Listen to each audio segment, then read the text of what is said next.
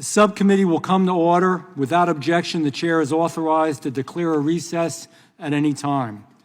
We welcome everyone here today on this hearing on waste, fraud, and abuse at the FBI. I now recognize the gentleman, who should I pick on, from Missouri, to lead us in the flag salute, and we will stay standing for a moment of silence.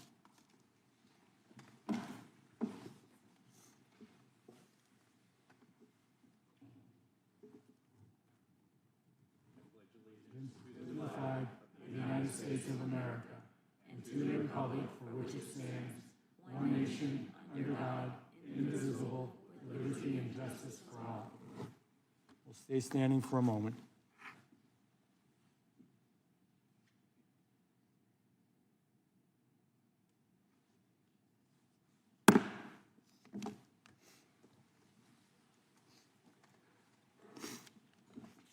I will now recognize myself for an opening statement. First of all, I want to welcome everyone to the second hearing of the Subcommittee on Oversight. Today, we are continuing the important work we began in our first hearing, exposing the weaponization and politicizing of federal law enforcement agency against the American public. This time, we'll be focusing squarely on the Federal Bureau of Investigation under the Biden administration. A bureau bloated by bureaucracy, a bureau that burns through billions, not millions, but billions of dollars in taxpayers' dollars to chase political enemies, a bureau that silenced dissent and trampled on our constitutional rights. All while real threats to our safety were ignored. This wasn't just a leadership failure, it was a betrayal of the American people and of the American trust. This hearing is more than oversight. This is about restoring trust. This is about standing up for every American who believes that government should protect them, not target them. Let me be clear. The FBI should be a shield for the American people. Instead, under the Biden-Harris administration, it became a sword to use against them. Let's start with parents who spoke up for their kids, parents who voiced concerns about radical school agendas. What did they get in return? A surveillance file, a federal investigation for just trying to be a good parent. That's not law enforcement. In my book, and in most Americans' books, that's intimidation. Let's talk about people of faith. The Biden FBI branded certain Catholic Americans as, quote, radical traditionalists and potential domestic terrorists. They even discussed infiltrating churches by having parishioners spy on their own people, by their own fellow parishioners.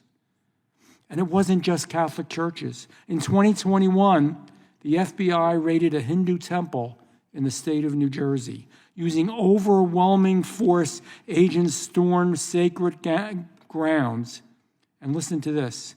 They held guns to the faces of the holy men. They disrupted religious life, all based on loose, untrue allegations, which are now, thankfully, unraveling in court.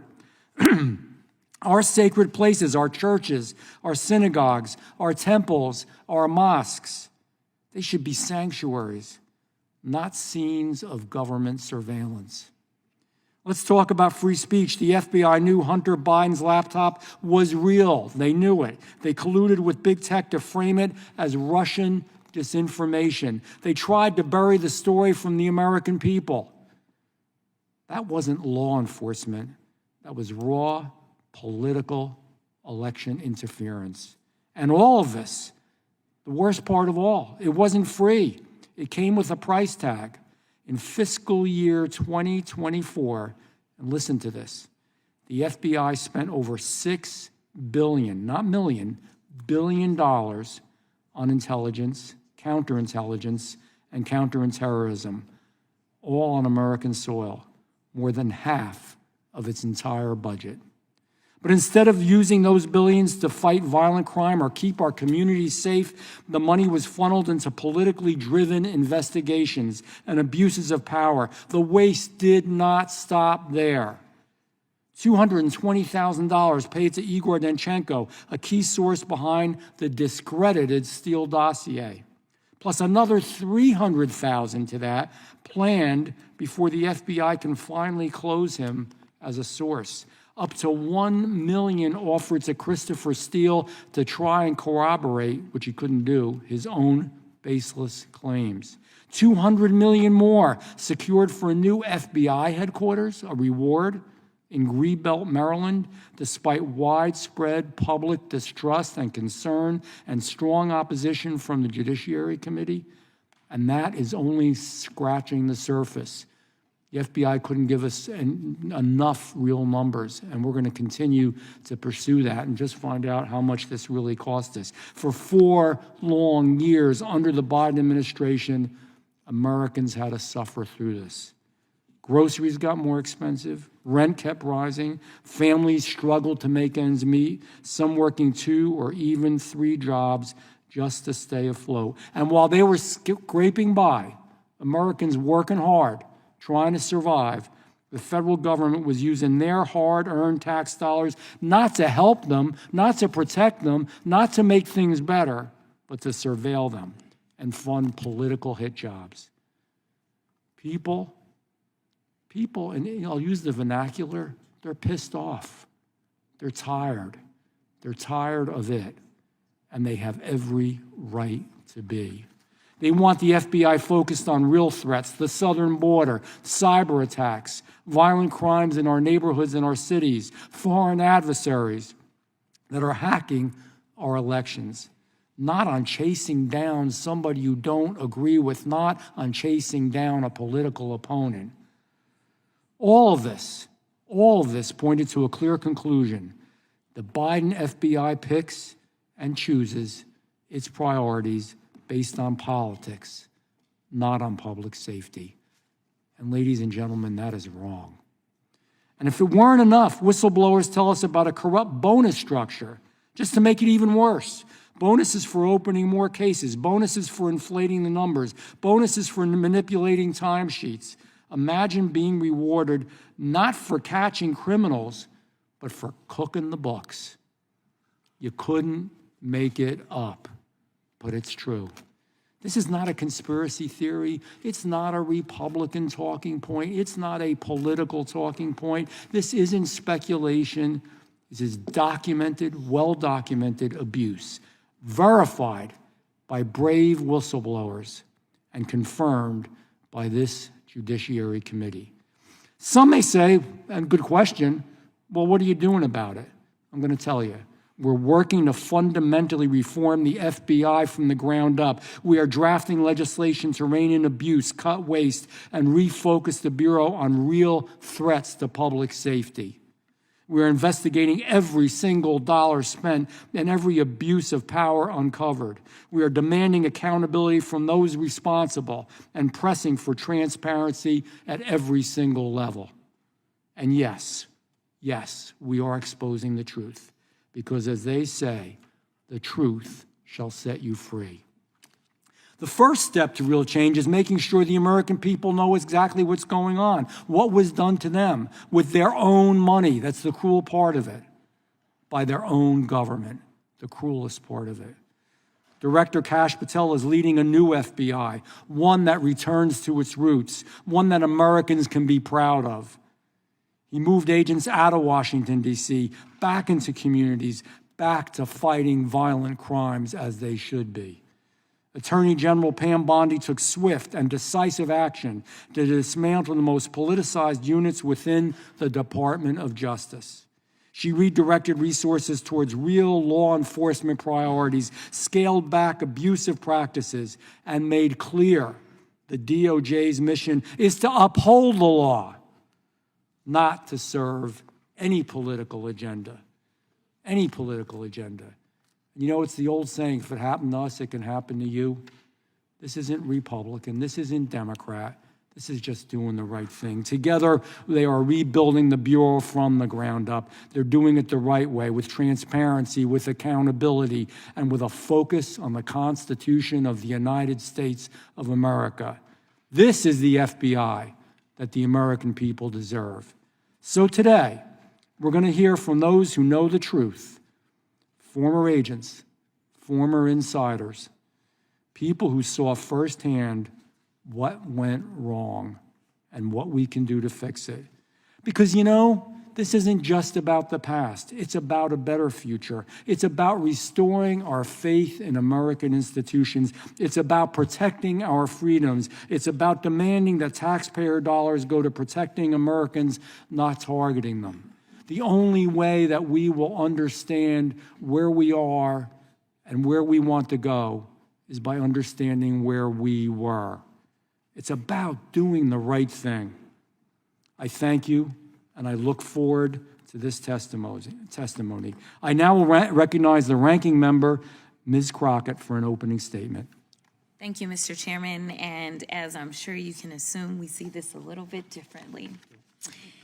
Here we go again, talking about Biden, and more Biden. Today is nothing more than a dog and pony show for Republicans to avoid facing the American people for their trash policies that are killing the economy and our democracy. Despite Republicans' claim of backing the blue and being the party of law and order, we're here today because Republicans are willing to throw our country's top law enforcement agents under the bus to appease Trump and execute his political vengeance. Now, I know remembering things is hard for some of my colleagues on the other side of the aisle, like remembering not to add reporters into a signal chat discussing military war plans. But let me remind my colleagues that it was Trump who decided to store national secrets and classified documents next to his oversized bathtub and toilet at Mar-a-Lago. It was Trump who took the documents out of the boxes and shared them with his guests. It was Trump who told his staff to move the boxes when the FBI was coming. And it was Trump who appointed Director Christopher Wray as head of the FBI, the same director that allowed the investigation to move forward. As much as Trump and Republicans hate to accept it, we are still a country with laws. And when you break them, there are consequences. Now, make no mistake, we should all be concerned about the FBI. But my concerns as ranking member of this subcommittee, as a member of Congress, and as an attorney, as well as a citizen, are based on things called facts. And when I say facts, I mean clear, indisputable facts, not those alternative facts my Republican colleagues continue pushing onto the American people. So let's talk about facts. Fact. Even prior to being confirmed by the Senate, Kash Patel was directing officials within the FBI to fire members within the Bureau simply because they worked on the lawful investigations into Trump. Fact, Patel failed to disclose his previous work and financial ties with the country of Qatar, a country that, had you read the Mazars report, released last year by the House Oversight Committee, you would know paid close to $500,000 to Trump while he was president of the United States. Unsurprisingly, the FBI's Foreign Influence Task Force was recently disbanded, and the DOJ also cut back on its Foreign Agents Registration Act enforcement. Our enemies are jumping up and down now that we're doing their work for them. Another fact, Patel has never even been an FBI agent and is now leading the Bureau. Even one of today's Republican witnesses organizations, the Bureau, has advocated having an FBI agent lead the Bureau. But rather than confirm a director with credible, dedicated experience, the Republicans confirmed a political loyalist with no Quantico or FBI training. Talk about DEI. Didn't earn it higher. Another fact, Patel, who rails against telework, what he calls lazy agents, was working part-time in and out of Las Vegas, commuting back and forth between there and DC, while also living in the home of a GOP mega donor. Think about that for a second. Could you imagine what Republicans would have done had, say, James Comey had been living in New York part-time as the FBI director, and if his New York home was owned by, say, George Soros? Speaker Johnson would have forced a floor vote on articles of impeachment within days of this news coming out. But nevertheless, my Republican colleagues are willing to sacrifice safety for stupidity as long as it's loyal. Another fact, Patel and Trump-backed FBI leadership have redirected FBI agents who are working on investigations involving violent crimes against children and child exploitation and transferred them to work on anti-Tesla attacks and redacting Jeffrey Epstein files. Talk about FBI waste and abuse. You simply can't make this stuff up. To be clear, Director Wray testified before Congress last year, noting that, quote, if each one of the FBI's cyber agents and intelligence analysts focus exclusively on the China threat, China's hackers would still outnumber FBI cyber personnel by at least 50-1. Yet rather than hire more agents to protect against these cybersecurity threats, Director Patel is reassigning agents to redact Epstein files. Someone please tell me how this makes America safe. It's almost as ridiculous and wasteful as Patel's idea to contract the Bureau with UFC fighters.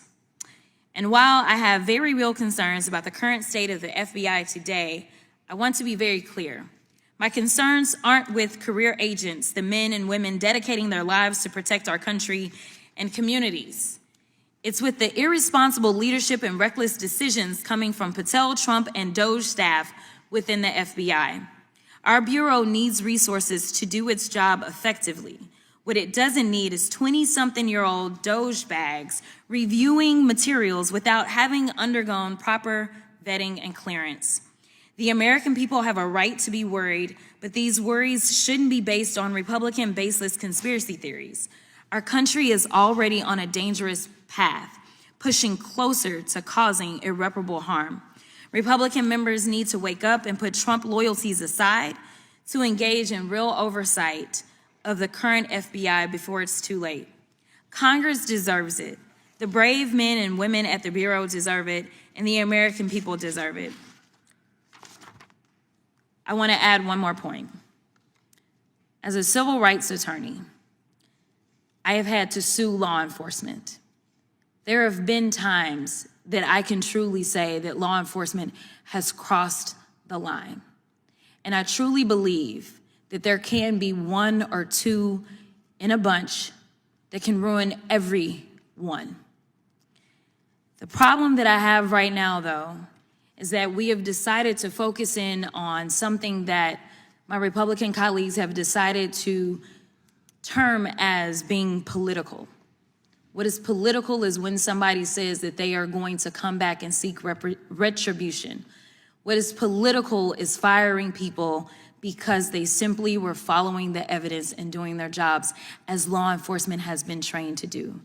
And ultimately, regardless of whether or not anyone believes that it was right to indict the president, not once, not twice, not three, but 4 times he was indicted, ultimately, each of you knows enough to know that at the end of the day, it is citizens that sit on a grand jury that are the ones that decide whether or not evidence exists to go forward with an indictment.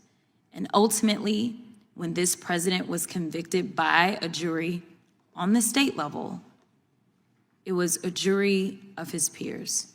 And so I want to say thank you so much for your time. Thank you so much for your commitment. And thank you so much for the testimony that you will provide. With that, I will yield back.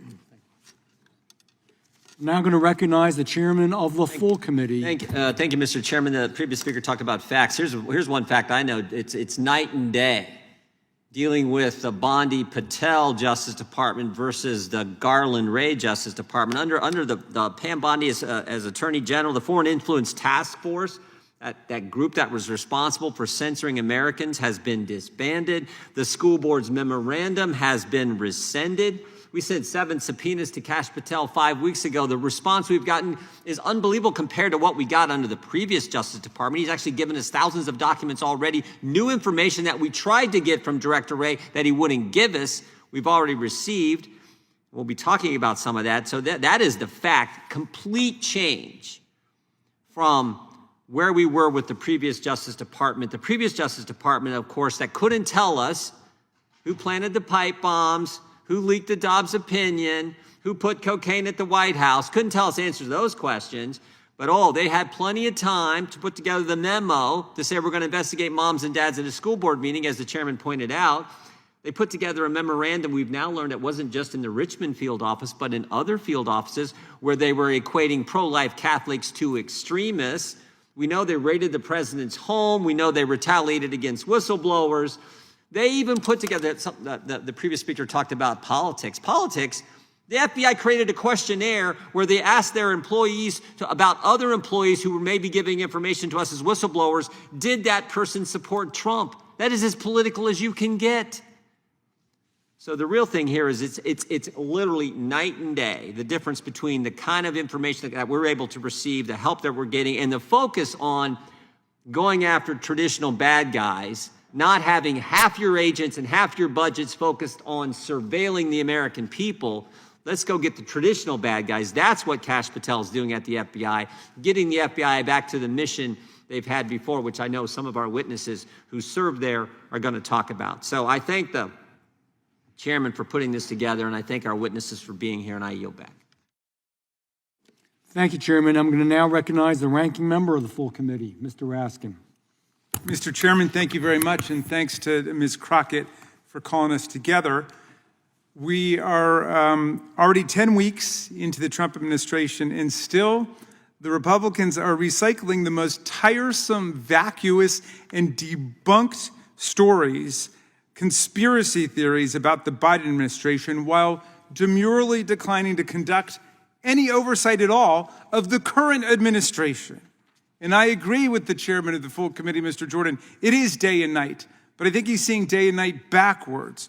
Donald Trump is turning our country into a gangster state where agencies like the Federal Trade Commission, the FBI, and the Department of Justice act as presidential enforcers, conducting political deals with elected officials like New York City Mayor Adams, corporate shakedowns against ABC, CBS, and other media entities, and law firms like Paul Weiss, Rifkin, WilmerHale, and Jenner and Block, demanding pledges of loyalty from citizens, and in some cases, demanding cold, hard cash in lawsuits brought directly by the president against private businesses. Meanwhile, they're offering mass pardons, immunity, and protection to violent insurrectionists, convicted drug beaters, cop beaters, drug traffickers, corrupt politicians, as long as they're willing to kiss the ring and do the president's bidding. Let's look at how this administration is treating the honest men and women of the FBI. In his first days in office, Trump targeted thousands of FBI agents simply for doing their jobs after the mob violence of January 6, 2021, and holding the cop beaters and insurrectionist rioters accountable. FBI agents had to sue to stop this purge and block them from publicly releasing their names to the violent militias like Oath Keepers and Proud Boys, whom President Trump had already given pardons to. And those pardons, by the way, this Department of Justice are extending to other crimes these people have committed, including cocaine trafficking and gun charges. This administration isn't opposing corruption. It's opening the door wide open to corruption every single day for his friends. Donald Trump ordered the FBI to stop conducting background investigations of top White House officials. Why? He disbanded the FBI's Foreign Influence Task Force, charged with identifying and combating malign foreign influence operations targeting the United States. Why? He suspended enforcement of the Foreign Corrupt Practices Act and reduced enforcement of the Foreign Agents Registration Act just 2 days after it was reported that Director Kash Patel had engaged in lucrative consulting work for Qatar and for a Vladimir Putin-connected foreign arms conglomerate.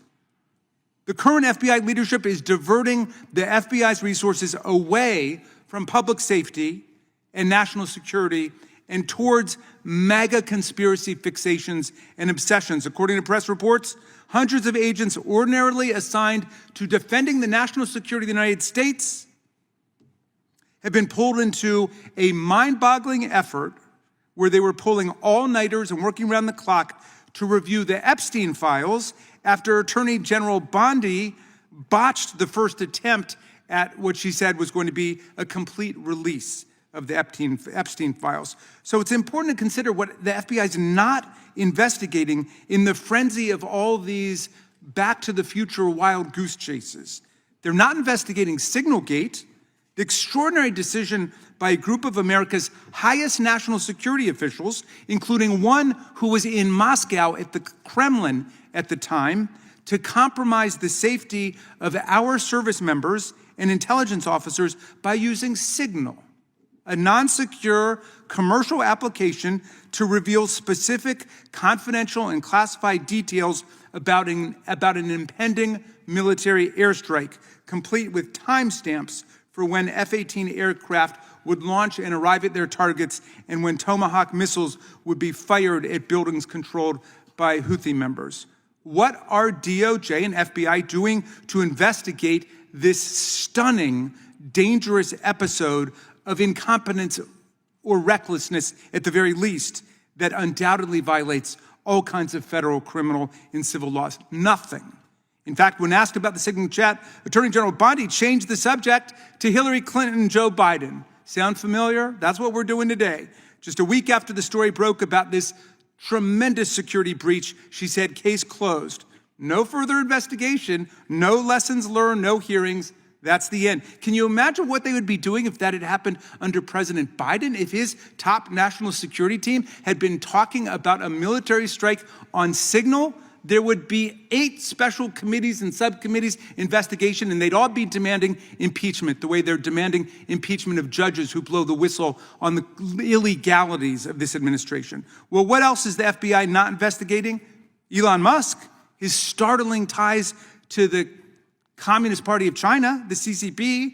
Musk is bulldozing our federal government while accessing the people's most sensitive databases. And he's traveled to China multiple times in the last several years and met with the highest level Communist Party officials. He's continued to open factories in China where he does half of his business, even as he works as a, quote, special government employee to dismantle and destroy our federal government. Can you imagine if President Biden had done that, what our colleagues would be saying? Well, look, in this new state that we're in, the FBI is not here to enforce the law. It exists to allow the president to shake down businesses and individuals, offering them protection and immunity if they comply and persecution if they don't. The administration installed as the head of the FBI Kash Patel, known for being the man who will do anything for Trump. They also installed as deputy director Dan Bongino, a far-right podcaster and conspiracy theorist who boasted in 2018 that his entire life right now is about owning the libs. His appointment was a particular betrayal of Patel's promise that he would appoint a deputy director who would be an on-board active special agent, as has been the case for 117 years. Already stories of intimidation and pressure in this DOJ and this FBI are trickling out. 7 veteran prosecutors were forced to resign rather than take part in a corrupt bargain to dismiss charges that were brought by a grand jury in New York against the mayor of New York, Eric Adams. The U.S. Attorney for the Southern District, Danielle Sassoon, who clerked on the Supreme Court for Justice Scalia and was active in the Federalist Society, resigned, saying nothing had changed in the facts of the case, nothing had changed in the law of the case, nothing had changed in the evidence. It was simply this political deal that Donald Trump had cooked up with the mayor of New York, who traveled down to Mar-a-Lago. The longtime criminal chief in the D.C. U.S. Attorney's Office was forced to resign rather than open the current bogus investigation into Biden-era clean energy projects. So what we see at the Trump FBI and DOJ is part of a broad pattern. They're targeting lawyers who took up causes or clients that Donald Trump doesn't like, and they've issued illegal executive orders intended as threats against them. The president and his friends are threatening federal judges that ruled against them to halt their blatantly illegal executive actions, calling for impeachment of the judges. And there have been threats against their families made online.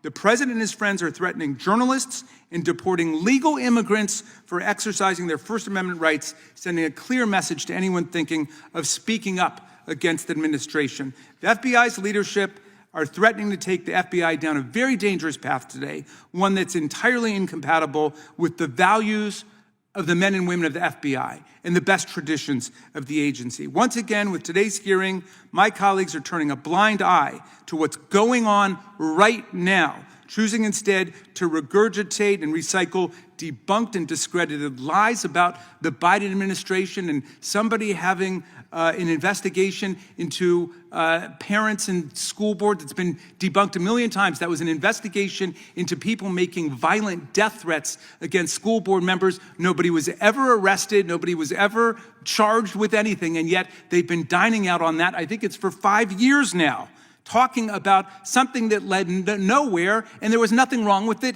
in the first place. So the men and women of the FBI deserve to know that Congress is watching, and we've got your back. We're not going to stand idly by while this administration tries to turn the FBI into an arm of a pay-to-play gangster state. Thank you, Mr. Chairman. I yield back. Thank you. Real quick, the gentleman said that these aren't facts, they're debunked theories. They are facts, and we have it on video. We have the Attorney General apologizing for what happened and what they did. We have the director of the FBI finally having to apologize for what they did. We have Mark Zuckerberg apologizing for what was done, and that's only scratching the surface. I can't go into all of it. I will now, without objection, all the other opening statements will be included in the record, and I'm going to talk about the smart people that we have here to testify.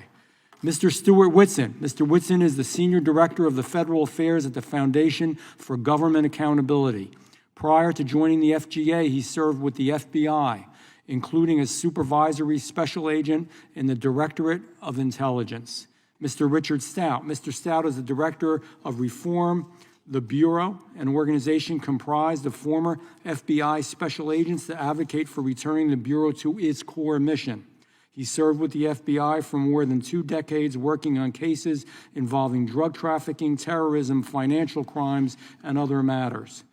Ms. Nicole Parker. Ms. Parker is a former FBI special agent, having spent more than 10 years with the Bureau. She specialized in cases involving securities fraud before being transferred to a team focused on violent crime, where she focused on cases involving murder for hire, murder in general, sexual assault, and human trafficking. Dr. Luke Hunt. Dr. Hunt is Associate Professor of the University of Alabama, where he is a member of the philosophy faculty. He previously served as an FBI agent for 6 years. We will begin by swearing you all in. Would you please rise and raise your right hand?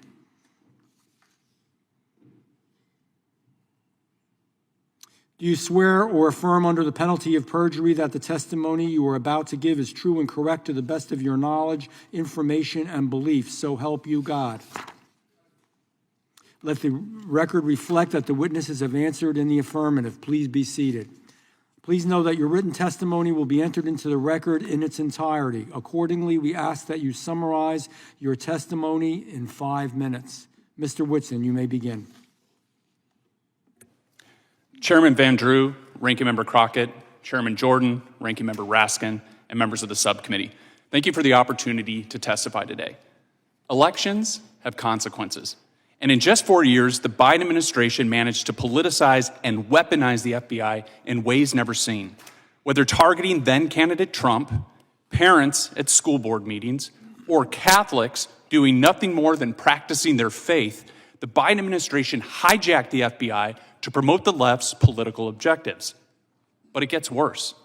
While the full investigative resources of the FBI focused on the January 6 protesters and other perceived political enemies, the Biden administration manufactured the worst border crisis in our nation's history, allowing criminals, terrorists, and drugs to flood into our country at unimaginable levels.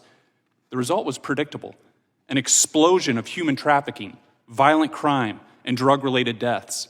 And with more than 2 million known gotaways on Biden's watch, the threat of a terrorist attack on the homeland is greater than it's ever been. But there's another big problem. Not only did the Biden administration's actions undermine public safety, but they also caused a majority of Americans to lose trust in the FBI. And this loss of trust is a crisis, not only for the FBI, but for the country. But there's good news. Again, elections have consequences. And with President Trump back in office, the FBI now has a new director working aggressively to right the ship. But it's not going to happen overnight, and regaining the trust of Americans is going to require significant and sweeping changes. And here's 7 such changes. First, clean house.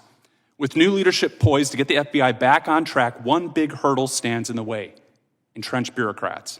We've already seen this play out in dramatic fashion with the now former FBI leader in New York who tried to coerce his subordinates to, quote, dig in against the administration. This was a clear act of insubordination that deeply embarrassed the FBI and only further undermined public trust. And there are surely other FBI employees still entrenched in the Bureau that will resist meaningful change in less obvious but equally harmful ways. Look, it's simple. While the vast majority of FBI employees are incredible, hardworking people who will faithfully execute their duties, the few who undermine the new leadership cannot be allowed to do so. And those who have engaged in past behavior warranting dismissal or who refuse to come to work when ordered to do so must be fired, period. Number 2, drain the swamp. Director Patel should drastically reduce the size of the FBI headquarters, keeping a small footprint in D.C. to promote accountability while shifting more staff and resources to the field offices and other locations outside the Beltway. Relocating the FBI outside of D.C. would save money and reduce political influence by allowing the FGI to hire professional staff from outside the D.C. bubble. Number 3, moving the bulk of FBI headquarters out of D.C. will present a natural opportunity to consolidate and reorganize existing units that perform duplicative or outdated missions. Director Patel should seize this opportunity to promote efficiency and save taxpayer dollars. Number 4, get DEI out of the FBI. Under former Director Comey, the FBI moved away from merit-based hiring and instead toward race-based hiring. Moving forward, Director Patel should ensure that all hiring decisions are based purely on merit and talent. Number 5, the FBI should be refocused back to a law enforcement agency that uses intelligence to advance its law enforcement mission, rather than an intelligence agency that also engages in law enforcement. Patel could start by eliminating the intelligence branch and merging its personnel and mission into the FBI's other operational units. Intelligence in the FBI should be a tool to advance investigations, not its own standalone department. Number 6, we need more oversight and accountability within the FBI. But to earn back the trust of the American people, Congress must get involved. Besides conducting your own oversight, Congress should also consider creating new criminal penalties for FBI employees who knowingly abuse the FBI's investigative powers. And finally, to get the FBI back on track, Director Patel should execute his own DOGE effort to identify waste, fraud, and abuse within the FBI. At the end of the day, America deserves and needs a world-class law enforcement agency it can trust. With the current leadership in place, the FBI is well on its way to becoming that agency once again, because after all, elections have consequences. With that, I thank you for the opportunity to testify in today's hearing, and I look forward to your questions. Thank you, Mr. Whitson. Mr. Stout, you may begin. Good morning, Chairman Van Drew, Ranking Member Crockett, members of the committee. Thank you for the opportunity to appear before you today. It is an honor to share my perspective drawn from nearly 4 decades of public service in law enforcement, national security, and counterintelligence. My name is Richard Stout. I'm a 35-year veteran of law enforcement and currently serve as Director of Reform the Bureau, a nationwide group of former and retired FBI special agents committed to restoring the FBI to its core mission, protecting the public, fighting crime, and upholding the rule of law. I took on this position with Reform the Bureau as a private citizen because I was frustrated and disheartened to see the FBI, the world's most renowned and iconic law enforcement agency, fall into such disarray over the past few years. When I was 19 years old, I became a deputy sheriff while attending college in Southwest Virginia. Driven by a strong sense of duty and commitment to community safety, I went on to become a Virginia State Trooper and later State Police Special Agent. These are early roles grounded me in the foundational principles of public trust, discipline, and ethical responsibility. In 1997, I joined the FBI as a special agent and was assigned to the Miami field office. There, I was assigned to a Colombian drug trafficking squad where I initiated multi-jurisdictional complex investigations and was responsible for overseeing federal wiretap operations, known as Title III's, targeting significant DTOs. Following 9/11, I became part of a specialized team tasked with tracking the hijackers' movements before their attack. Our work proved critical in tracing connections and providing timely intelligence to our federal and military partners supporting the broader counterterrorism effort in the aftermath of the attacks. Throughout my tenure with the FBI, I served as a case agent in several high-impact criminal investigations. Notably, I led the public corruption investigation into the Scott Rothstein Ponzi scheme, then the third largest of its kind in U.S. history. In 2005, I was deployed to Haiti as part of a team of FBI SWAT and hostage negotiators to assist in the rescue of a kidnapped 9-year-old American girl. She had been abducted from her home and was found in a remote mountainside shack being held for ransom. This operation demonstrated the Bureau's global reach and our unwavering commitment to safeguarding American lives abroad. Between 2017 and 2018, I responded to 2 active shooter events. The first was the attack at Fort Lauderdale International Airport, where I assisted Special Agent Nicole Parker in gathering evidence. The second was far more personal. My daughter was a student at Marjorie Stoneman Douglas High School in Parkland, Florida, and was inside one of the classrooms hardest hit during the shooting. The memory of that tragedy has deeply influenced my perspective on public safety, the importance of preparedness, and the deep concern I carry over the FBI's failure to act on 2 prior reports regarding the shooter's intent. In 2018, I was part of a small team that apprehended Cesar Sayoc, who targeted high-profile Democrats and media figures with mail bombs. Internationally, I represented the FBI in coordinating with foreign partners on reintegrating deportees formerly radicalized by extremist groups. I've lectured at the International Law Enforcement Academies in Hungary and Botswana, and proudly graduated from the FBI National Academy Session 272. Since retiring, I've continued to serve the public through Reform the Bureau. We at Reform the Bureau support Director Patel, AG Bondi, President Trump, and their reform-minded approach to the FBI. Our intent is to not harm the Bureau, but to restore it. The stories and data we've brought forward represent deeply ingrained issues, repeatedly experienced by dedicated professionals. Our goal is not retribution, but responsibility. We must rebuild the Bureau's integrity and reorient to serve the American people, not internal politics. One of the areas we've been most focused on is Bureau decentralization, getting more resources and agents out of Washington and back into the field. The Director has been vocal in his support for this approach. We applaud his efforts. Another area is proper resource allocation. We at Reform the Bureau believe the criminal investigations have been deprioritized over the past few years in favor of those more political in nature. That must end, and we trust the Director will properly allocate the resources needed to pursue, capture, and deter criminals who wish us harm. Mr. Chairman, members of the committee, our nation is at a crossroads in how we approach law enforcement, national security, and the trust placed in our federal institutions. I look forward to contributing to this important discussion and happy to answer your questions. Thank you. Thank you, Mr. Stout. Ms. Parker, you may begin. Chairman Van Drew, Ranking Member Crockett, and members of the subcommittee, I would like to thank you for inviting me to come and respectfully speak with you today. It was my privilege and honor to serve America as an FBI special agent for over a dozen years under 3 administrations. While extremely demanding, my pursuit of justice for all never once gave me reason for pause until I witnessed social, cultural, and political agendas enter the FBI mission to the point it impacted our ability to effectively do the job the public and our responsibilities demand. During my career, I observed an organizational change that I labeled the emergence of 2 FBIs. FBI 1 understands the Constitution and honors its oath to uphold and defend it. It is indifferent to partisanship, places the public's interests first, and aggressively seeks out the truth. FBI 1 keeps its head down, stays under the radar, works tirelessly, and produces outcomes all Americans can be proud of. On the other hand, FBI 2 is the antithesis of FBI 1 and serves at the convenience of itself and is willing to use their law enforcement power to push their own personal, political, and social agendas without consideration to its oath of office. Under the Biden administration's Justice Department, it became increasingly difficult for special agents to do their jobs as Americans lost trust and confidence in the FBI. In a June 2023 NBC News poll, only 37% of registered voters surveyed said they had a positive view of the FBI. Lady Justice was no longer blind. It seemed that equal protection and justice under the law might not mean the equal application of law. DOJ and FBI 2 targeted President Trump's 2024 campaign and the January 6 subjects in a way that I had never witnessed before.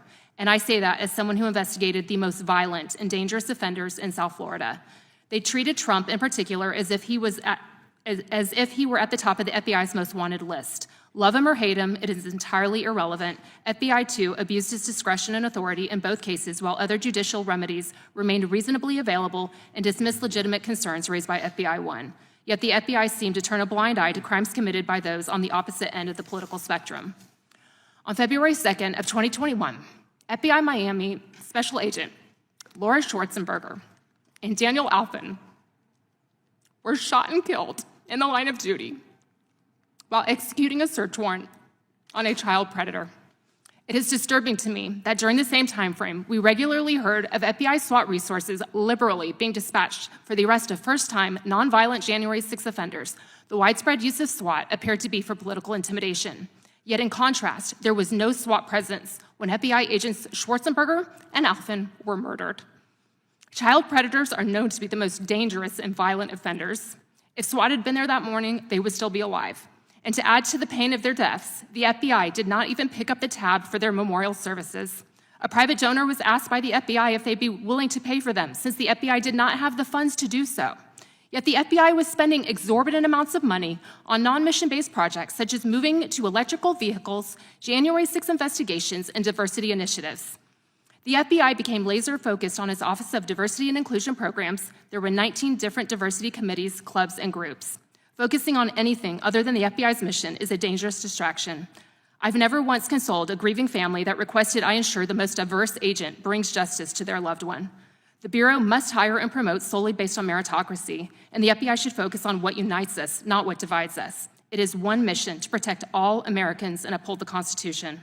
When my colleagues were murdered in the line of duty, it was highly troubling to me that there was never an FBI-wide after-action review by Director Wray, not even an email outlining what transpired and lessons learned to mitigate risks going forward. Yet during the same time frame, FBI 2 flooded my email inbox with diversity promotions, celebrations, cultural committee activities, climate change messaging, and several requests to go to Washington, D.C. for temporary duty assignments for January 6 investigations. Unconscionable. I left the FBI close to 2 years after their deaths, and still radio silence from leadership regarding what transpired that horrific morning. Further, the DOJ changed its deadly force policy in July of 2022 for the first time in 18 years on the heels of the 2 FBI agents being murdered in the line of duty. Tone deaf. When agents should have been given more support and protection by the policy, many interpreted it that we were given less protection and more legal scrutiny with an additional de-escalation section. This can be fatal when decision-making is measured in fractions of a second, action versus reaction, and many believe the changes were a result of social justice pandering. The list of issues and concerns myself and others had with the FBI was growing long. No one felt that their voices mattered or that any changes were possible, as Director Wray and AG Garland believed that all was well, while many at the FBI were deeply troubled by what was transpiring. After much prayer and reflection, it was time for me to walk away. It is remarkable that several fugitives from the FBI's most wanted list have already been taken into custody since President Trump took office January 20th. I am hopeful and confident that under this new administration with AG Pam Bondi and FBI Director Kash Patel at the helm, that with time, effort, and serious reform, the FBI will regain Americans and FBI's employees' trust again, dismantling the political and social weaponization and return to its greatness. That is what our current, retired, and fallen FBI heroes' legacies deserve, and most of all, it is what Americans deserve. Thank you, Ms. Parker. Dr. Hunt, you may begin. My goal is to briefly share my understanding of the FBI's important mission in a way that I hope is free from partisanship. I had the good fortune of serving my country as an FBI agent in a variety of settings, in a small office where I worked whatever criminal case that walked through the door, from bank robberies to crimes against children, at Washington Field Office on violations of the Foreign Corrupt Practices Act, and finally at FBI headquarters where I focused on national security policy. Now, as a professor, I draw on these experiences in teaching and research related to legal and philosophical issues in policing. But I'm not interested in the ivory tower today. One of the academic questions in my work is directly related to this committee's work. Is the FBI a liberal or illiberal institution? By liberal, I'm not referring to politics or whether you're a liberal or conservative member of Congress.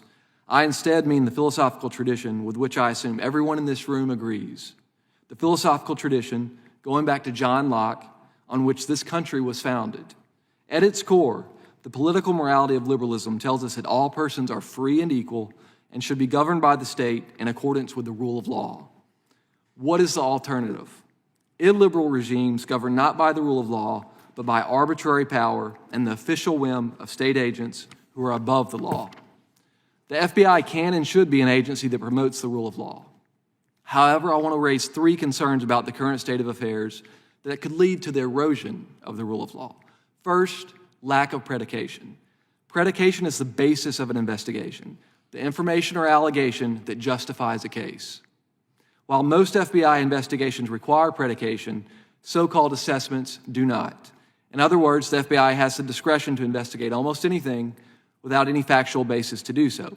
Investigation without predication is contrary to the rule of law because it may be based not on fact, but whim or arbitrary discretion.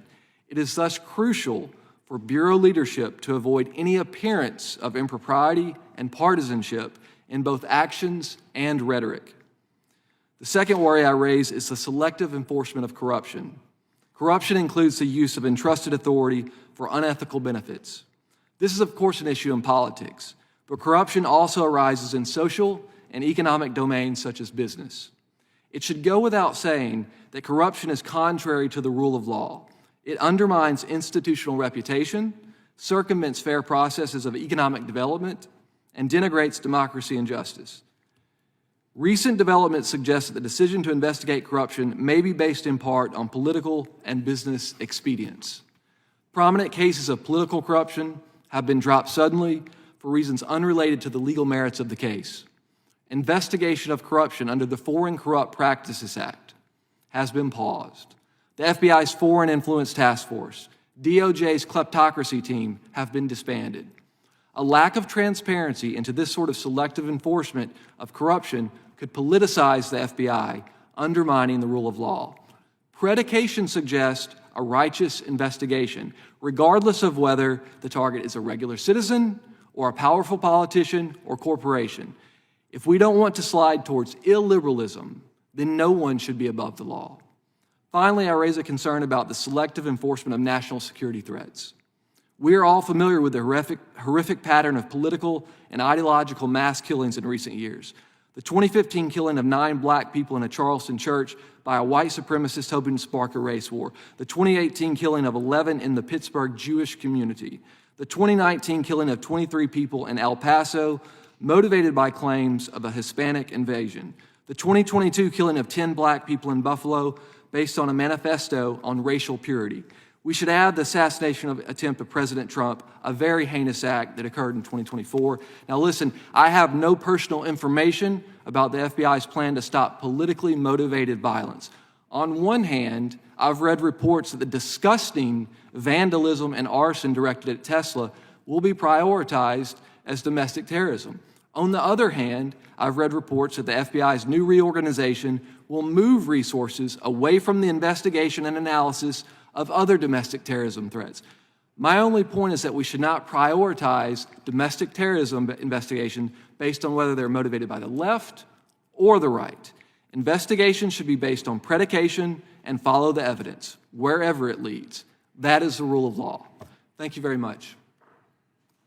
Thank you, Dr. Hunt. Thank you all for being here. We appreciate your time, which is a precious resource in itself. I'm now going to recognize the gentleman from Alabama for 5 minutes. Thank you, Mr. Chairman. I certainly appreciate all the witnesses being here today. First, let's make it clear, we're not here to harm the FBI in any kind of way, but I think restoring credibility in the justice system within America is very, very important. One of the top issues when I was touring the district in 21 was, and that was shortly after the Biden administration, was the weaponization of government agencies against certain political opponents. Certainly President Trump, certainly some of the January 6th defendants, and we've heard from Ms. Parker that there was a mobilization to go and locate those people and arrest them when those resources could have been used elsewhere. So I guess we want to get to the general point of this hearing is how do we restore credibility in these agencies? I mean, we saw the Durham report where, in fact, Barack Obama, Joe Biden, Loretta Lynch, the Attorney General at the time, and James Comey were sitting in the Oval Office when Clapper, the CIA director, walked in and said, hey, by the way, this Russian collusion narrative, we know that's being driven by the DNC and Hillary Clinton, and yet within a few hours, the FBI started the FISA situation and spying on General Flynn. And Those kind of stories, as the reports come out after the fact, that we know now that Russian collusion was made up, and the time and resources spent on the Mueller report, and even the people in leadership in the Democratic Party driving those narratives were very dangerous for this country. And so as the American people look back and go, wow, this system does seem to be weaponized against political opponents, and that's certainly a concern. So, Mr. Whitson, I'll start with you. What steps do you think the FBI should take today to reform the agency and regain trust of the American people? What would be one of the couple of steps you think we need to look into? Thank you for that question. I think first and foremost, the most important thing to understand is that Director Patel has two missions here. One, he has to fix the FBI, and the other, as you're alluding to, is he has to restore trust. And so to fix the FBI, you have to do a bunch of things, make sweeping changes, but to restore trust, you have to do even more. You have to go beyond actually what is necessary to fix the FBI, because that's not going to be enough to get the rest of the American population back on board. And so how does he do it? It's one word: transparency. I was going to ask you, where does transparency come in, and how much transparency do we need at this point?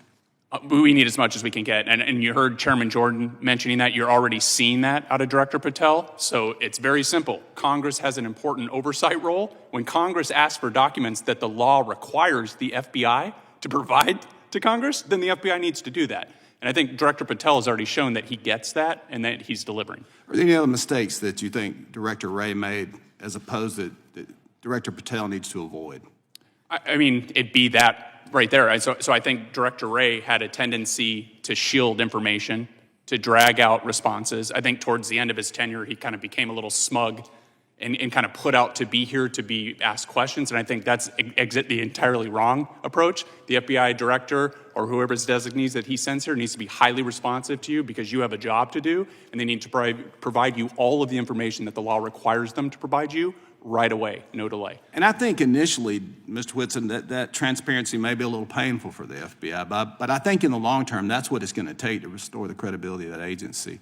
Mr. Stout, what do you believe the role of the FBI is? Very simply, I think we need to eliminate the bloat. There's too many senior executive service members in roles with limited utility. They need to eliminate or demote non-essential roles and align headquarters with more field-based leadership models. So the more emphasis we put in the field will have a greater output, greater response to crime and anything that involves the American citizens. Do you believe it's possible for the FBI to return to those roots? Yes, sir, absolutely. Men and women of the FBI are some of the best people that I've ever worked with. They're honest people, they have families, they can transition well, and with enthusiasm. Gotcha. Ms. Parker, you said in your previous testimony, over a course of the 12-plus years of service, the FBI's trajectory kind of transformed. What do you mean by that? I joined the FBI. I was a witness to the 9/11 terrorist attacks in New York City when that occurred, and I went on to join the FBI because I wanted to give back to our country. I wanted to serve America, and when I joined the FBI, that's really what we were doing. There was very little talk about politics. You just went in, you did your job. I was originally focusing on white-collar crime. I then transferred over to violent crime. But as I mentioned, there really did become two FBIs, and the weaponization and the politicization started seeping into the agency, and it was a common topic of discussion, and you were bombarded with requests to work certain investigations, and it just became overwhelming. It was only one side of the political spectrum that was ever being held accountable. And so FBI agents were thinking, why are we doing this? Lady Justice is supposed to be blind. Lady Justice is no longer blind. And for me, I just started seeing over and over examples of politicization. And that's not what I signed up for. You know, when I witnessed the 9/11 terrorist attacks and I wanted to serve, that's not what I signed up for. I wanted to stop violent criminals and terrorists. Thank you. With that, Mr. Chairman, I'm out of time. I'll yield back. Thank the gentleman, and now I'm going to recognize the gentleman from Georgia. Thank you, Mr. Chairman, and thank you, Ranking Member. Mr. Parker, Ms. Parker, after serving your country as a special agent for the FBI, you landed in a soft, cushy position as a paid contributor at none other than Fox News. Isn't that correct? Actually, that was not correct. When I initially You're not- left the you're- FBI, You're not a contributor. I am at this point, but when I And left the you are FBI, I a- was not initially a paid contributor for But Fox. you are a paid contributor now, Today I am, but Yeah. when I left the FBI, I was not. and you get paid to create content at Fox News, isn't that correct? I get paid to speak the truth. So you create content at Fox News, don't you? Giving your view on things? What I That's do- content creation, isn't it? What I do is I speak the facts and I speak the So- truth and you based get on my paid to do that. experience at the FBI. And you get paid to do that. I get paid to speak facts and I get And are you paid on to the speak clock? the truth. Are you on the clock right now? Am I on the clock right now? Yeah. No. You're not getting paid right now for being a lobbyist No, sir.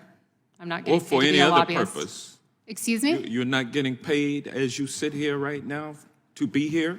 I am not getting paid to be here. No, I am not, All right, sir. fair enough. Mr. Whitson, you also served as an FBI agent before falling into a very lucrative position as the legal director at the Foundation for Government Accountability, correct? That was my former position. Yes. And well, what is your current position now? So I currently serve as the Senior Director of Federal Affairs. And it's a pretty lucrative upgrade from where you first started. The position I'm in now? Yeah, is- you're making more money now than you were when you first started, right? Yes. And would it surprise you to know that your funding between 2013 and 2022, 6 conservative foundations tied to billionaire donors sunk $44 million into your organization, correct? I don't know the precise You don't numbers, know that? It wouldn't surprise you, though. but that wouldn't to know surprise me at all. And your largest known source of funding between 2013 and 2022 was a foundation controlled by Illinois billionaire Dick Uihlein, who invested over $18 million into your operation. And another source of your funding was the 85 Fund, which gave you $2 million between 2013 and 2022. It is among the network that is controlled by Leonard Leo, who received over $1 billion in contributions from a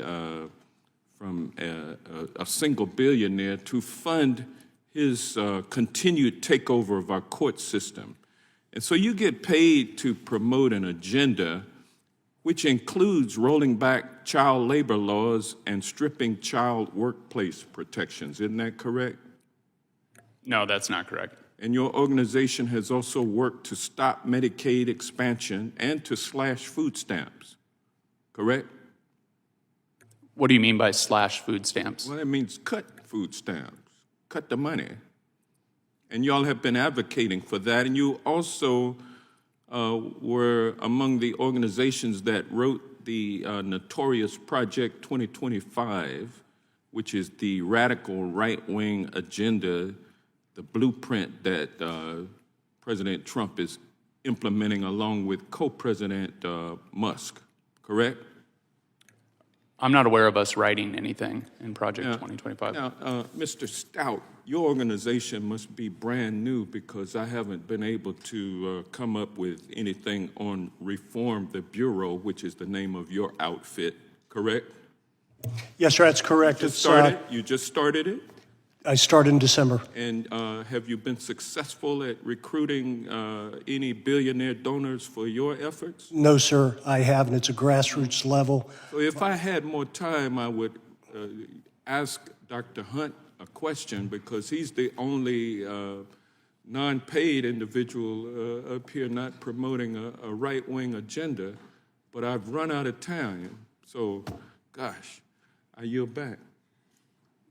I thank the gentleman, and I will now recognize, just a word before that, probably most of the people who appear before us have to make a living somehow. That's okay. We all get paid salaries or whatever. Not unusual, not scary. With that being said, I will recognize the gentleman from Missouri for 5 minutes. Thank you, Mr. Chairman, and thank you for the witnesses for coming here to testify today. Ms. Parker, thank you for your testimony.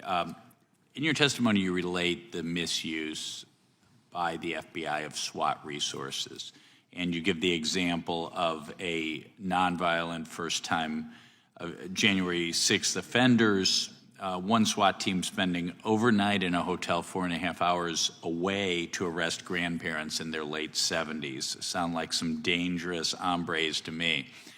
On September 23rd, 2022, we're all familiar with the case of a pro-life activist and homeschool father of 7, Mark Houck's. No criminal record. He was arrested in a SWAT raid, guns drawn in front of his family. Then there's 73-year-old pro-life activist Chester Gallagher, who was arrested for nonviolent violation of the FACE Act. And then there was pro-life activist Paul Vaughn, arrested in an early morning raid by the FBI, guns drawn in front of his 7 children. Sound like some really dangerous offenders to me. But pro-lifers aren't the only ones who have been targeted by the Biden FBI. Vanessa Sivage, a nurse at Texas Children's Hospital, read the story of whistleblower Ethan Heim, who we're familiar with, who exposed gender transition procedures being done at Texas Children's Hospital, despite the hospital having proclaimed that they were no longer doing those procedures because the Attorney General of Texas was investigating that clinic for child abuse. Vanessa stepped forward and basically confirmed Dr. Heim's story. She was then visited 2 months later by the FBI. And then, of course, the anti-Catholic memorandum that we're familiar with. I have that here in my hand right now. Just some simple questions. First of all, this is labeled as a domain perspective. Ms. Parker, what is a domain perspective? That's a document that, from my understanding, was distributed within the FBI as intelligence. Someone formulated that document, and it was published internally, and it had a stamp of intelligence on it that was signed off by multiple individuals within the Richmond field office.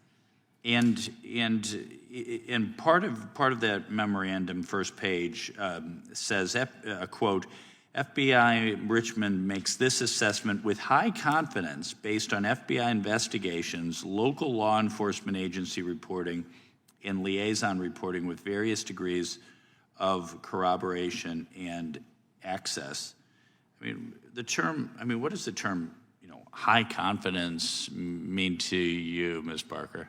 When I hear high confidence, I want to believe that it's trustworthy, that I can count on that is factual, that is truth. And my understanding of that memorandum is that they use sources that would not typically be used to gather intelligence. And what was happening at the FBI quite frequently and was disturbing to many is that there were individuals taking their personal views, packaging it up, and creating a document and then stamping intelligence on it and distributing as if it was truth, as if it was almost the Bible. And that is an example of, abuse of your law enforcement power. You're allowed to have your own personal and political opinions, but when you go to work, you've got to leave those at the front door, and you have to exercise in an unbiased and fair manner and be truthful. And when you're getting an intelligence document, you want to hope that it is factually correct and it is true. And unfortunately, that was a document that Christopher Wray had to have rescinded because it was not accurate, and he found it mind-boggling and disgusting that it had ever been published. Well, one thing I find mind-boggling, first of all, I am Catholic myself. I'm not a traditional Latin Mass Catholic. Often, such people who prefer to go to the Latin Mass are referred to as traditionalist Catholics. And then so-called rad-trad or radical traditionalist Catholics are those who only go to Catholic Mass, who some of them believe that the regular English Mass is invalid or reject Vatican II or what have you, but not a single one of them I know even own guns, much less are they radicals or whatever. And then when I look at this memorandum, I see they're quoting the Southern Poverty Law Center, a viciously political defamatory group. I've worked a lot on immigration issues. I think Southern Poverty Law Center has declared every immigration reform group to be a racist or white supremacist group. They're just just a walking defamation factory. Have you seen the Southern Poverty Law Center quoted in other FBI memos over the years? I have not. Okay. I have not. But again, that was entirely inappropriate and never should have happened. And the FBI had to walk that back. But again, that is an example of weaponization. That is social weaponization at the FBI. It's entirely inappropriate. And it never should have happened. The FBI not going after bad guys, but going after enemies of the political regime. Third world stuff. Thank you. Thank you for your service. Thank you for your testimony. Thank you. I thank the gentleman. And by the way, the director of the FBI had to apologize for that. It's not a debunked theory. With that being said, I will recognize the ranking member of the full committee, Mr. Raskin. Thank you kindly, Mr. Chairman. One of our colleagues referred to the weaponization of the DOJ and specifically focused on the January 6th defendants. That startled me because 140 American police officers were violently assaulted on that day, wounded, hospitalized, some of them disfigured, disabled, forced to leave police work. But he said that there would have been a better use of FBI and prosecutorial and investigative resources, and I wonder what he was referring to. And in any event, Dr. Hunt, do you agree with that assessment? Thank you for that question. January 6th shocked and horrified me. That was a shameful day, not least because of the many attacks on our law enforcement officers. So any suggestion that is a low priority and should not be investigated is shocking to me. I can't imagine a more important devotion of resources by the FBI to anyone who would attack our nation's capital. Some of our colleagues have again been going back to the idea that the Biden FBI was converted into some kind of political instrument. When I look at the prosecutions that come out of it, I'm thinking about the one of Senator Bob Menendez from New Jersey, who's a Democrat, of Henry Cuellar, who's a Democrat, lots of other Democrats. Other than Donald Trump, I really can't think of any others on the Republican side, and I'm just getting the feeling that they think Donald Trump really should be above and beyond the law, and that's what this whole weaponization thing is about, other than setting the conditions to turn it into an instrument of revenge and retribution, as Donald Trump has promised. Do you think the FBI was acting as an instrument of partisanship in the last administration?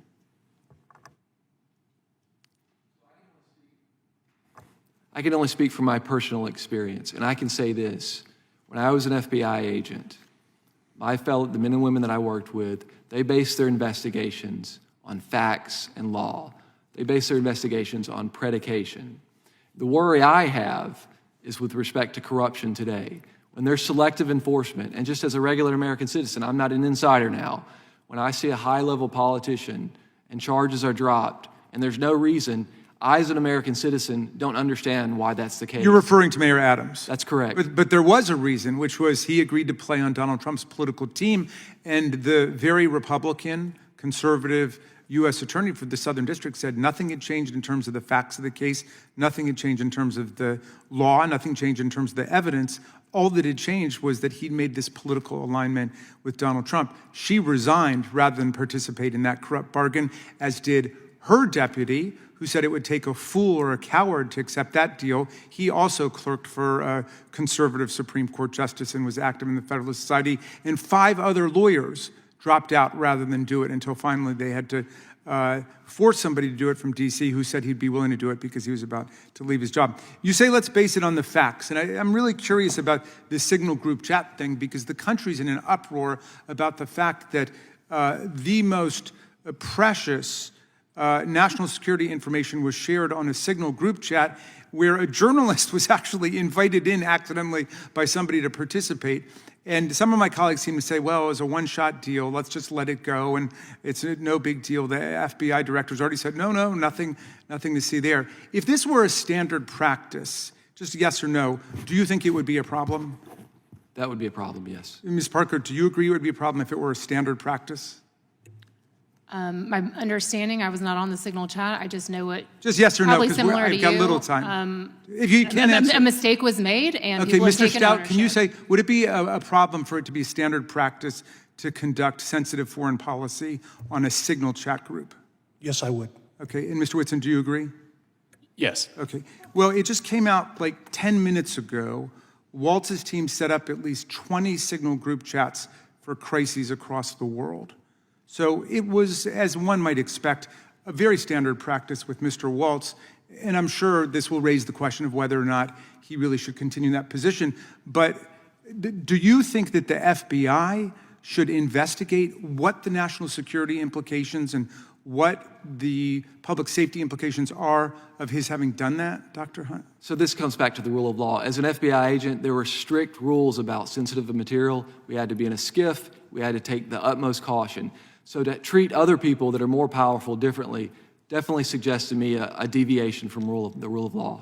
All right, thank you, and I yield back to you, Mr. Chair. Thank the gentleman. You know, there's a difference between a mistake and purposeful, perpetrated policies Chair. are wrong. Just point out, okay. I beat you to it. I recognize the chairman of the whole committee. Thank you, Mr. Chairman. Mr. Whitson, before you got what Mr. Johnson described as high-paying job as Senior Director of Federal Affairs Foundation for Government Accountability, you worked in the FBI, is that right? Yes. 10 years in the FBI? Yes. And prior to that, you were in the United States Army? Yes, sir. 300 combat missions in Iraq, is that right? Yes, sir. And your time at the FBI, you were special agent in the directorate, supervisory special agent in the Directorate of Intelligence. Is that accurate? Yes, Chairman. In your testimony, and I just want to get you familiar with this subject matter, in your testimony you said one of the ways we can eliminate waste, fraud, and abuse is including the overspending on confidential human sources.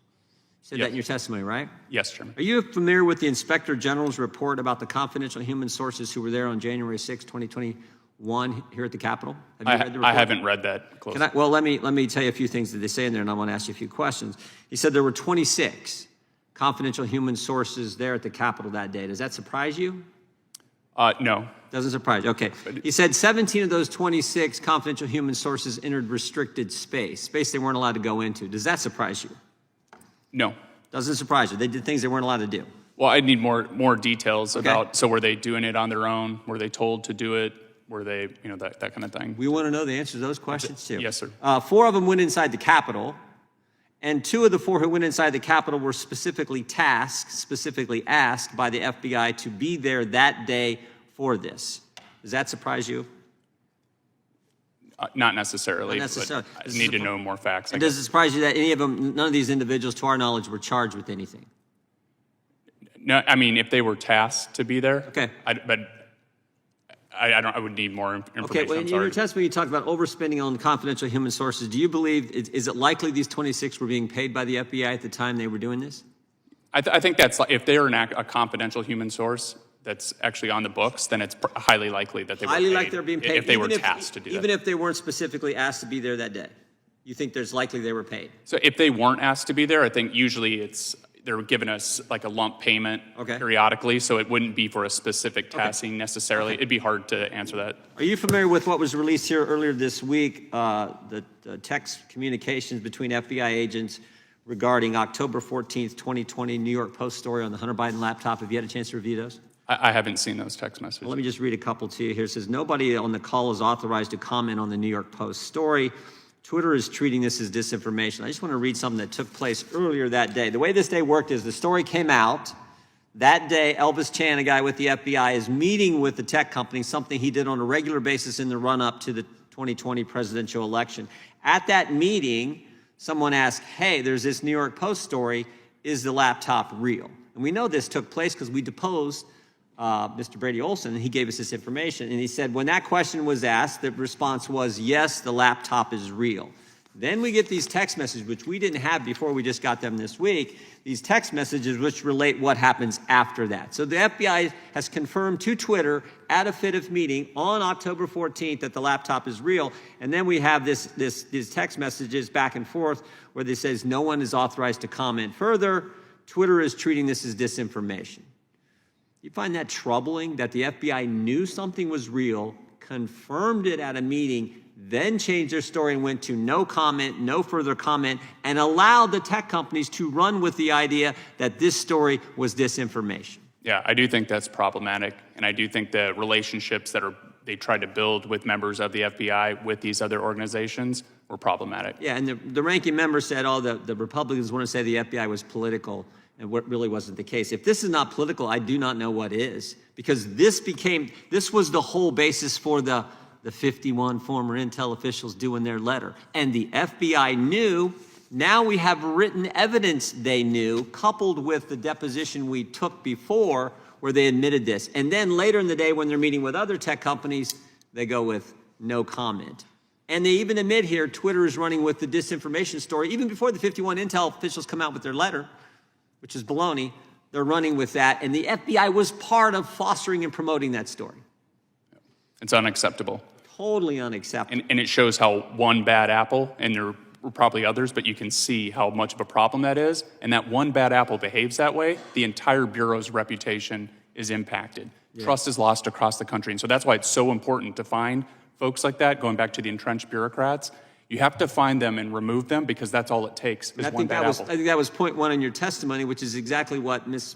Bondi and Mr. Patel are doing, is getting rid of those individuals who foster this kind of political environment where you're going after your political foes, where you're telling things, saying things, allowing things to be believed that aren't accurate when you knew the truth all along. That's right. I yield back. Thank the chairman. I now recognize the ranking member of the subcommittee, Jasmine Crockett. Thank you so much, Mr. Chairman. And I first just want to begin with a news alert. Guess what? Joe Biden is not the president anymore.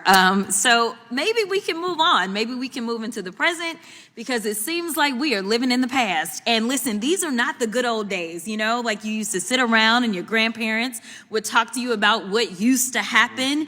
What we need to be talking about is how we are going to legislate, because I think that some of my colleagues have confused what our jobs are. And I get that we're sitting in judiciary. And so it may seem as if we are here to be litigators, but we are here to be legislators, which means that we are supposed to be writing laws, not trying to have our own trials and determine whether or not something is true or not, or whatever the case is, or who should be sued, who shouldn't be sued.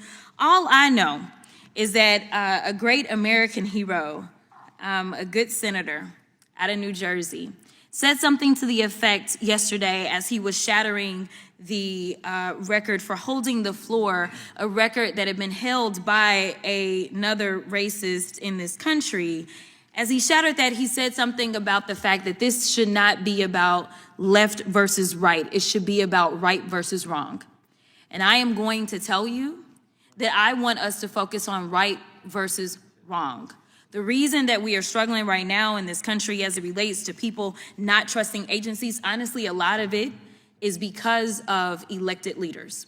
Let me tell you, one of the things that the chairman and I actually agree upon, we don't agree on a lot, is that we both know that there has been a sharp incline as it relates to threats upon our lives.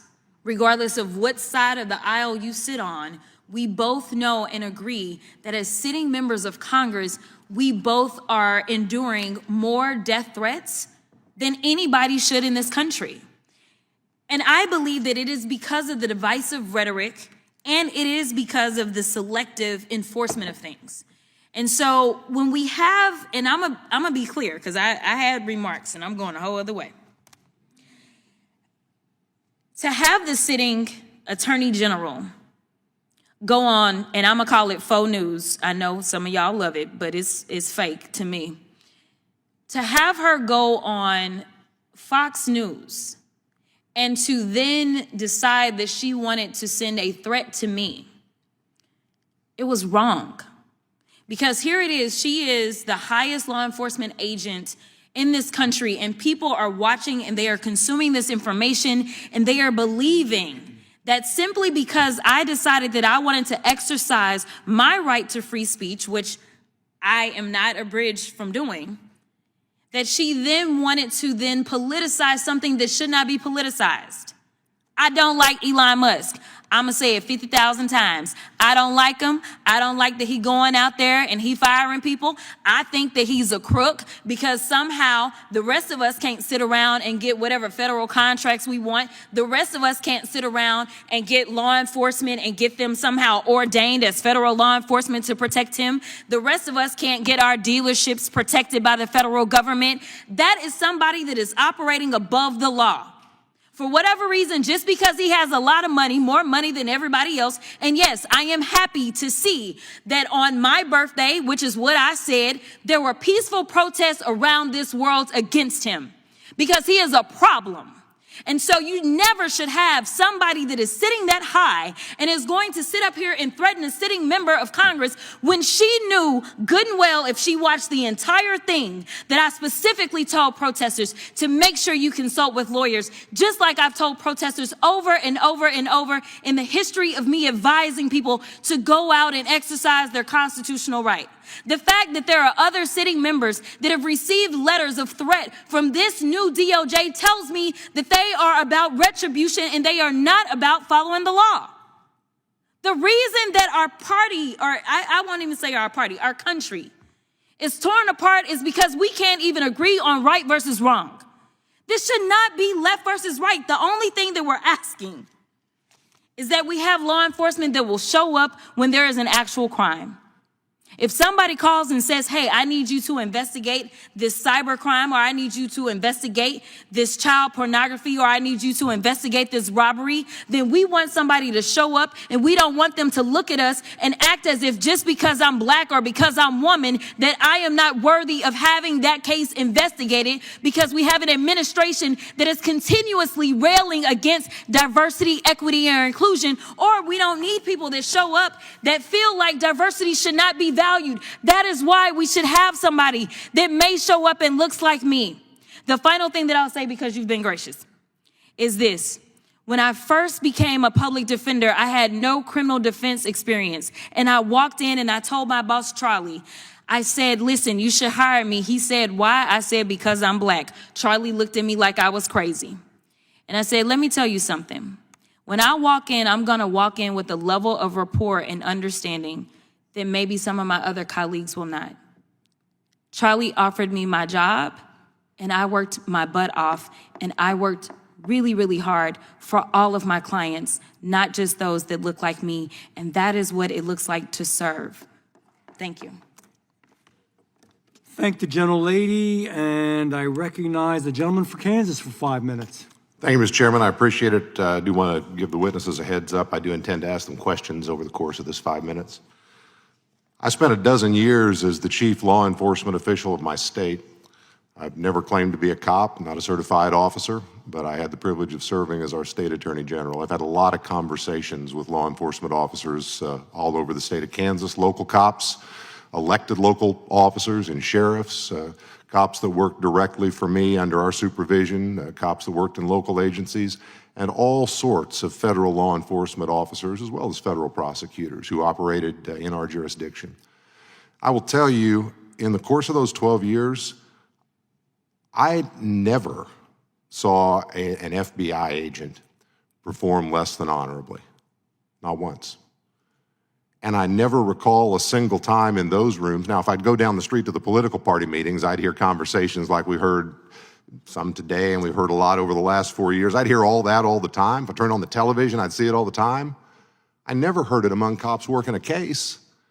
I heard folks who knew each other and liked each other and cooperated with each other who said, how are we going to get that child molester off the streets? How are we going to solve this murder? How are we going to deal with that case of elder abuse? How are we going to deal with that crime that's in front of us? That's the FBI I know, and it's the law enforcement world that I know. And I would just ask, Mr. Whitson, you're first up here, is that consistent or inconsistent with the law enforcement community you operated in? It's absolutely consistent. I'd say I had partners that I worked with for years on cases, and if you asked me what political party those people were in, I couldn't tell you. And they couldn't tell you the same for me when I was in the FBI. So that is the real FBI. When you go out to the field offices and you get away from headquarters, that's the real FBI, the real work. That's what they're like. And Mr. Stout, you were a local or state officer or both before being federal. How about you? Is what I just described consistent or inconsistent with your experience? Yes, sir, it is consistent, and I would tack on to that something earlier that Ms. Crockett said that I'm interested in about galvanizing this country. What will bring us all together? You know, something do it briefly. you mentioned, there's a special place in hell for pedophiles and child pornographers, and we have systems in place at the FBI, but we can make those systems a little bit better, a little bit tighter. I'm prepared to talk about it later today if you wish. That sounds very good. Let me tell you a brief story, and then I have some follow-on questions. So during the course of the time I was serving in that role, we had a terrible case. It was a racist, bigoted individual from a neighboring state who crossed the line into our state with the intent of killing a group of folks because of their faith. He went to a religious institution. He shot the place up. He killed, as I recall, 3 people. He was immediately apprehended. He has since died in prison. But there was, at the moment that happened, there was a motivated federal and state, through the local authorities, response. A lot of folks on the scene, everybody trying to figure out, how do we secure this thing? How do we fix it? And then there was a professional discussion. Who's going to go first in the prosecution? Because you had a state murder and you had federal hate crimes, as well as some other federal crimes, perhaps. And man, the press loved it. I mean, every day there was a headline about this dispute between the district attorney and the United States attorney and the local cops and the federal cops and who's going to go first. And finally it was decided the state would go first, and the district attorney announced it was filing capital murder charges with a notice of intent to seek the death penalty under our state law. And in the same article where the local press reported that, they then in the next paragraph said, and next, there'll be a decision on a federal prosecution where the penalties may be stiffer. Think about that. Think about that. I offer the story up for this reason. I think there may be a perception outside the cops on the beat, federal and state, who do this work in our communities every single day, that what we talk about up here is reality and that somehow the federal law enforcement officers are superior to their state counterparts. I don't think that's true. I don't think it's close to true. And I don't think what we're hearing today and heard the last 4 years reflects what really happens with the vast, vast majority of the federal and state cops on the beat. And I guess I would just ask this. Mr. Whitson, you suggested we ought to move the FBI out of Washington, D.C., and the current director has already made some moves to that effect. Talk to me in my remaining time about how you think that might affect our ability to get this narrative back on track so it's the cops on the beat keeping our communities safe that drives it instead of all this political circus in this town that drives it. Well, briefly, just right now, almost a third of all FBI employees are stationed in the D.C. area. The crime that's taking place across America is not all happening in the D.C. area. It's happening everywhere in pockets all over the country, Kansas, every member's district. And so moving the FBI out of D.C. and back into the field office is going to help that. But it's also cheaper. D.C. is an expensive area. I don't need to tell anyone that, right? Moving the headquarters to a lower cost area is not only cheaper for the federal government and the American taxpayer, but it's also cheaper for the workers. For the federal employees that have to commute every day to the office, if it's in a place that's a better quality of living, an easier commute, that's better. And then the last reason, to be real brief, is the political makeup. And so my colleague at FGA, Hayden DuBois, did a paper on this to look at federal senior executive employees. What is the political makeup? And across the country, they lean heavily Democrat by 30, but in DC, it goes up to 40. And so that's not to say, not trying to be not Democrat or not Republican, but we really want to put it in a place where it's more representative of the entire country and not just one side of the country. And that's why we see that when a conservative comes in, the whole weaponization rises to the issue because the headquarters is populated by people of the opposite political. The gentleman's time has expired. Okay. I thank the gentleman. I now recognize the gentleman for Texas for 5 minutes. Thank you, Mr. Chairman, and thank you for having this incredibly important hearing where we can better understand the systematic abuses of the Biden administration for the past 4 years. Our colleagues on the other side want to encourage us to move on from a federal government that was weaponized against the American people that they are supposed to represent and protect. Move on after our FBI was targeting parents who were concerned that their children were being indoctrinated into radical transgender ideologies in their public schools. Move on after the left weaponize the federal government to create a mass censorship industrial complex violating our First Amendment rights. We're supposed to move on after they targeted Catholic Americans, traditional Americans, and labeled them violent extremists. We're told that there's a problem that we can't agree on what's right and wrong, and I agree, that is a huge problem. It's a problem that the other side of the aisle can't recognize that censorship is wrong. It's a problem that the other side of the aisle can't recognize that it's wrong for the FBI to target parents concerned about what they're learning in their schools.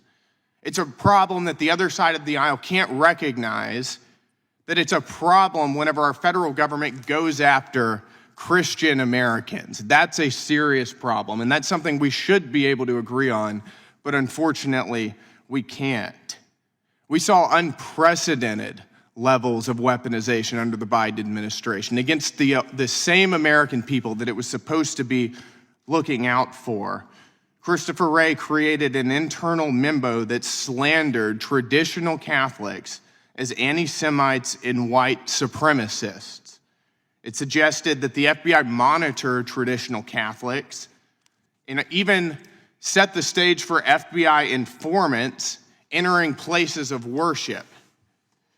At the same time, remember, this was happening while Joe Biden was, of course, facilitating the mass immigration of illegal criminals into our country.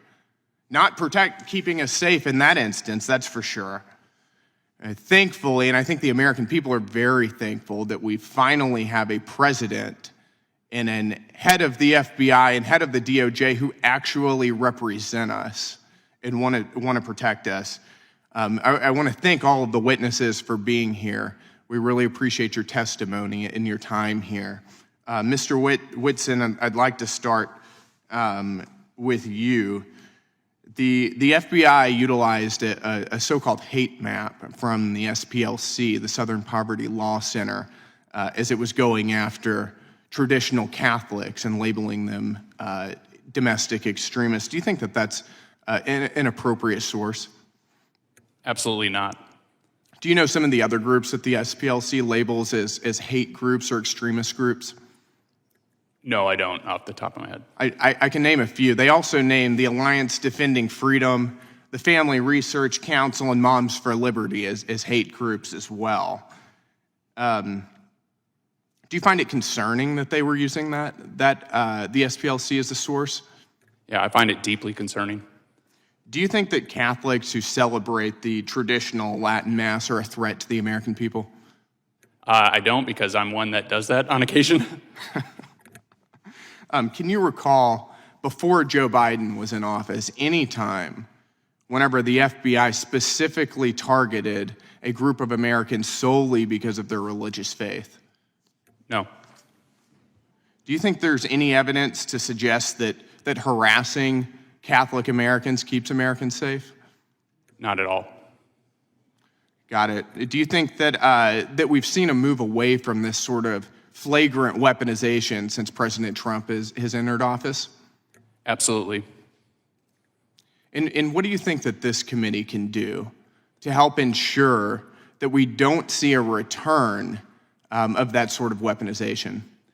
Well, I think number one, it's accountability, right? That's not going to surprise you. I'm from the Foundation for Government Accountability. And so it's not enough to identify a problem and then just move on. You've got to hold people accountable. And it's going back to the earlier point. If you want to re-earn the trust of Americans in the FBI, they have to see people held accountable. But then at the same time, you need to refocus and look at what are the problems we have right now, and that's the wide open border, that's the violent crime. And so you need to press the FBI to make sure they're pushing resources where they should. Thank you. Thank you, Mr. Chairman. Thank the gentleman. I'll yield 5 minutes to myself. I'm going to ask you all a question. What would you do if you were sitting where we sit? What legislation, in other words, every administration can come and go. The goal here is someday be sure that at the Attorney General's office, the FBI, that we do not have to worry about this anymore, the Department of Justice. Is there any legislation, I'll start with Mr. Whitson, but I'll go all the way down to Dr. Hunt, any legislation you would suggest specifically to help, or just to help in general, if you, again, were a legislator, if you were a member of Congress? Thank you for that question. I think to start, I would codify the president's authority to fire insubordinate or unproductive employees. And so it's the Schedule F. I would extend that to all executive branch employees.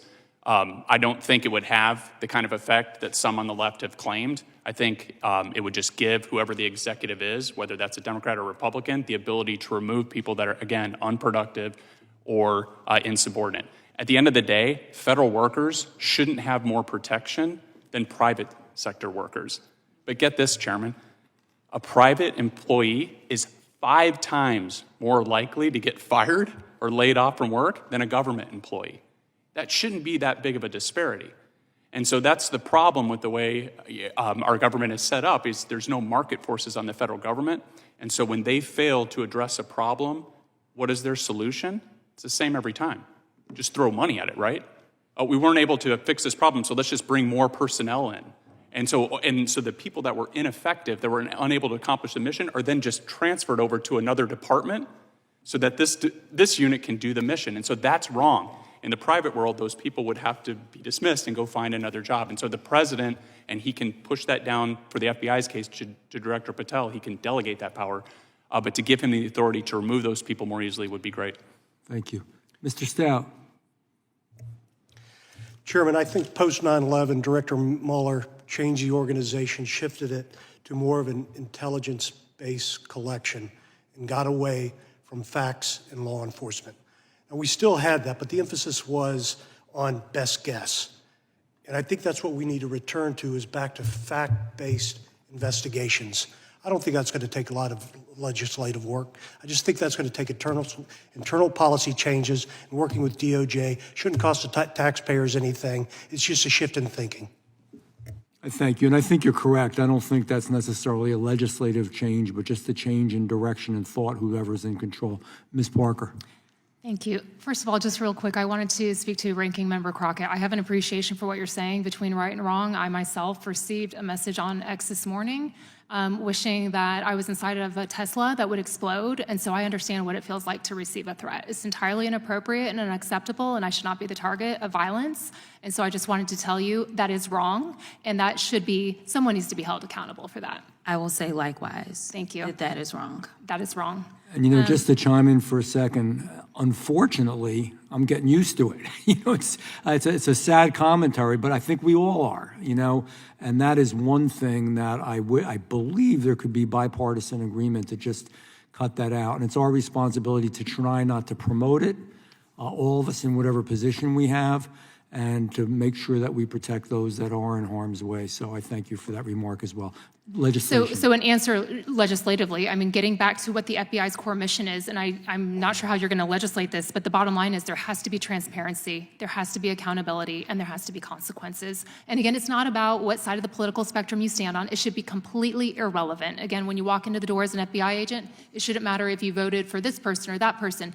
You put your political persuasions and opinions to the side, and you do the right thing for the right reasons. And I am a very big proponent, obviously, of stopping violent crime, stopping human trafficking, and keeping all Americans safe. Do you think there should be, for those that misuse their power in the FBI or in general, Department of Justice, attorney, should there be enhanced penalties or penalties? Absolutely. If you're abusing your law enforcement power to push your political and social agendas and doing the wrong thing for the wrong reasons, you must be held accountable. Thank you. Again, I agree with Whitson. In the private sector, I came from a hedge fund and worked on Wall Street before this. That would not be tolerated. If you're not doing your job and you're not contributing to the mission, it is not okay to be a federal employee and just come and collect a paycheck when you're actually not contributing to the mission. And unfortunately, I saw that quite frequently at the FBI. I would say a small percentage of the agents are doing a lot of the work. Thank you. Dr. Hunt.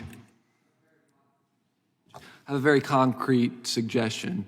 I would request that Director Patel, Deputy Director Bongino, put into policy that no investigation can be opened without predication. That's currently not what policy is, and I think that should also be, as far as I can tell, legislated. Moreover, the second point I would request was that all FBI agents serve the Constitution, not any political agenda. But the concrete one is that assessments, investigations are based only on predication. I thank you for that. I want to thank everybody for being here today. Like I said, time is treasure. It's a big deal. We appreciate all of you. It concludes today's hearing. Without objection, all members will have... Oh, sorry. I have a UC. Okay. Sorry about that. I'd like unanimous consent to enter into the record an article titled "No Bias Found in FBI Without Report objection. on Catholic Extremists." Thank you.